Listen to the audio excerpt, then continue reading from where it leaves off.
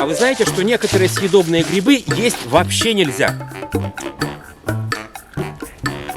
Вы считаете, это нормально, да? Вот он самый экологически чистый гриб.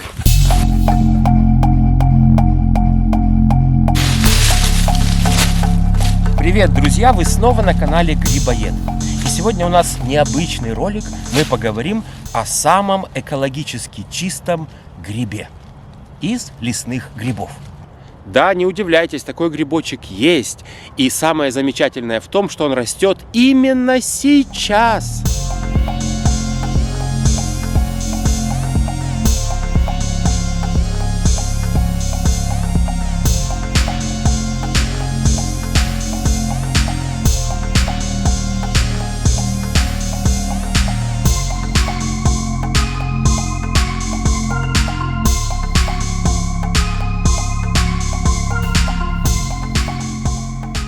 Мы все собираем разные грибы.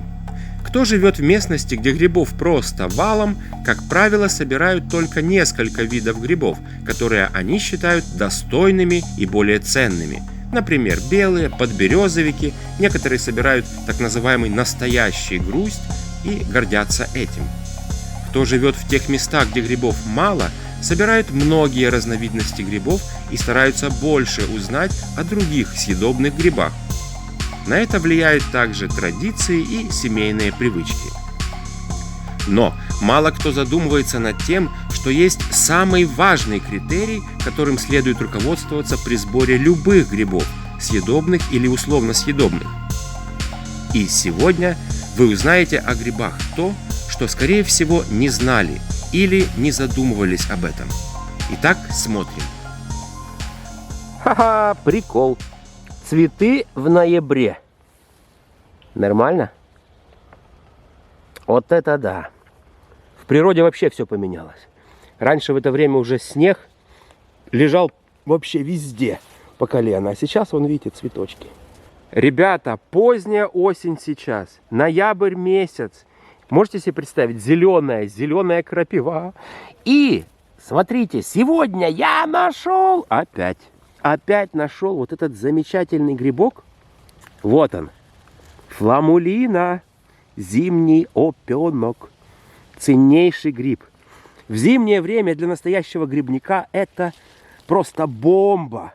Это бомбино. Находка, всем находкам грибным находка. Особенно зимой. Друзья, я просто в шоке. Ноябрь месяц, повторюсь. Вы посмотрите, что делается. Слушайте, что, весна пришла, что ли? Ну, вообще. Так, вот эту крапивку мы заберем. Она нам здесь не нужна. Так. А вот это нам очень даже надо. Сейчас мы эту кучку каким-то образом снимем. О! Все время хочется целым куском оторвать фламулину, потому что смотрится она очень красиво, как букет. О! Я придумал, что я сделаю. Смотрите. О! Вот так вот. Вот так вот. Вот прямо так, да. Вот теперь я могу, конечно, кусок оторвать. О! Вот такой. О! Видите? Так какой же основной критерий, которым мы должны руководствоваться при сборе съедобных грибов? Мы подошли к самому главному. На планете произрастает около 3 триллионов деревьев. Эти данные собраны при помощи спутниковых снимков и данных лесных хозяйств. Еще недавно считалось, что деревьев на Земле в 8 раз меньше. Это огромная цифра. Леса создают свой собственный климат.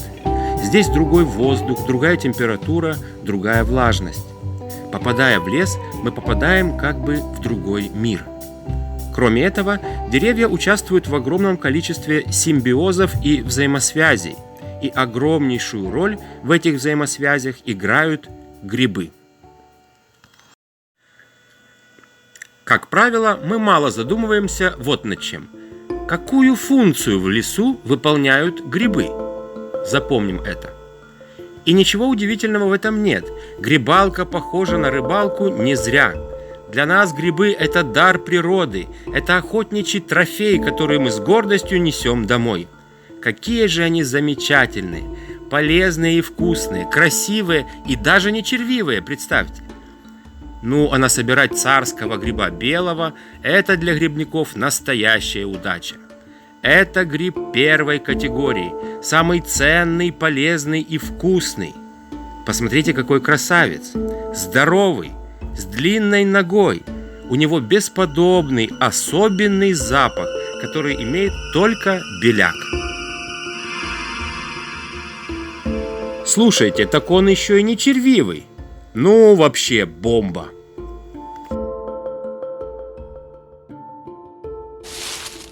А вы знаете, что некоторые съедобные грибы есть вообще нельзя? Сейчас я вам расскажу.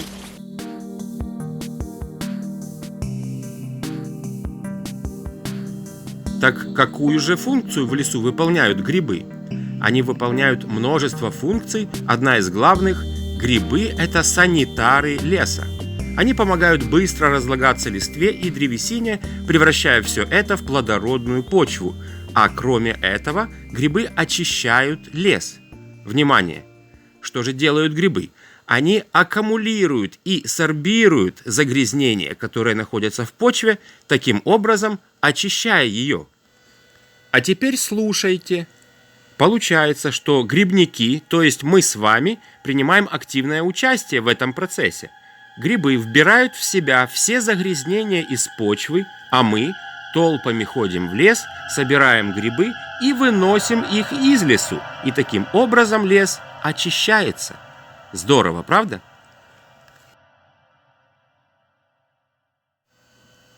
А теперь немного усугубим. После испытания ядерного оружия в атмосфере в 1950-60-х годах, а также после Чернобыльской аварии, вся биосфера содержит цезий-137. Это главный компонент радиоактивного загрязнения. Из-за этого до сих пор цезий-137 можно обнаружить у каждого человека, живущего в Европе, а особенно на ее севере. Так вот, грибы способны активно сорбировать из почвы радионуклиды. Кстати, в первые годы после аварии на Чернобыльской АЭС грибы даже использовали как биоиндикаторы радиоактивного заражения. Да, грибы мощно впитывают в себя радиацию. Для примера, грибы делят на 3 категории. Средние накопители радиации – это подберезовик, лисичка, рядовка, подосиновик и белый гриб. Сильные накопители – грусть, сыроежка, волнушка, зеленушка. А вот аккумуляторами радиации являются масленок, все виды маховиков, в том числе знаменитый польский гриб. И это еще не все. Грибы также с удовольствием вбирают в себя тяжелые металлы. Например, гриб-зонтик наиболее активно аккумулирует кадмий, грузди, сыроежки, свинушки – медь. А лесные шампиньоны и наш любимый белый гриб больше всего аккумулируют ртуть. Ну как вам? А теперь добавьте сюда то, что наши леса превращаются в помойку. Вы считаете, это нормально, да? Вот это нормально? Посмотрите сюда. Вот это. Это лес. Это лес. Здесь могут расти грибы везде. Очень часто наши леса превращаются вот в такую свалку. Это просто кошмар. Я бы вот в этом лесу, если бы собирал грибы, где-то, не знаю, зашел бы, наверное, на километр вглубь. Можем сделать вывод. Самый важный критерий при сборе грибов является не съедобный или несъедобный гриб. Ну, понятно, что мы собираем только съедобные грибы. Самый важный критерий – экологическая чистота леса или той местности, где идет сбор. А кто пренебрегает этим, получают отравление даже от съедобных грибов или накапливают у себя в организме смертельно опасные вещества, что со временем может привести к тяжелым последствиям. Вы спросите, неужели все так плохо сегодня с грибами и где же обещанный в начале ролика самый экологически чистый гриб? Так я сейчас расскажу. Конечно, отдыхайте на природе, дышите свежим воздухом и ходите в лес по грибы. Но только в чистой местности и вдалеке от заводов, предприятий и дорог. Открою вам секрет. Все плохое, что я говорил сегодня про грибы, касается в первую очередь грибов, растущих на земле, но никак не древесных. Оказывается, съедобные грибы, растущие на деревьях, не впитывают в себя тяжелые металлы из почвы так, как грибы, растущие на почве. Именно, даже в не очень благоприятных экологических условиях гриб, растущий на дереве, и рядом с этим же деревом гриб, растущий на земле, будут содержать совершенно разное количество тяжелых металлов и радиоактивных веществ. Правильно, дерево является фильтром для гриба. Кроме этого, в съедобных грибах гораздо больше полезных и лечебных веществ. Не зря древесные грибы, такие как, например, шиитаке, рейши, ежевик гребенчатый и наш любимый зимний опенок или фламулина, сейчас интенсивно выращиваются. Мы незаметно подобрались к самому экологически чистому грибу.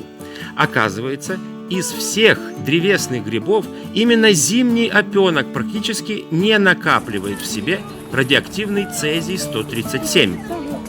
Итак, во-первых, фламулина растет на деревьях и является древесным грибом. Плюс к этому почти не накапливает в себе радионуклиды. Именно, зимний опенок является самым экологически чистым грибом. Кстати, некоторые ученые считают, что древесные грибы вообще ничего вредного не впитывают, но это вопрос спорный, не буду утверждать. Вот он, самый экологически чистый гриб. Смотрите, что делается. Вот кучка фламулины. Идем по этому лежащему дереву. Ну, не по нему, а рядом. И вот, смотрите, один, второй. И такие красивые букеты. Ай-яй-яй-яй-яй. Вот это да. Какая она аппетитная. Сверху вот такая слизь липкая. Прям совсем такая липкая-липкая. Настоящая свежая фламулина. Вот она, ребята, настоящая. Вот она, моя дорогая, дорогая, любимая, зимняя красавица. Так.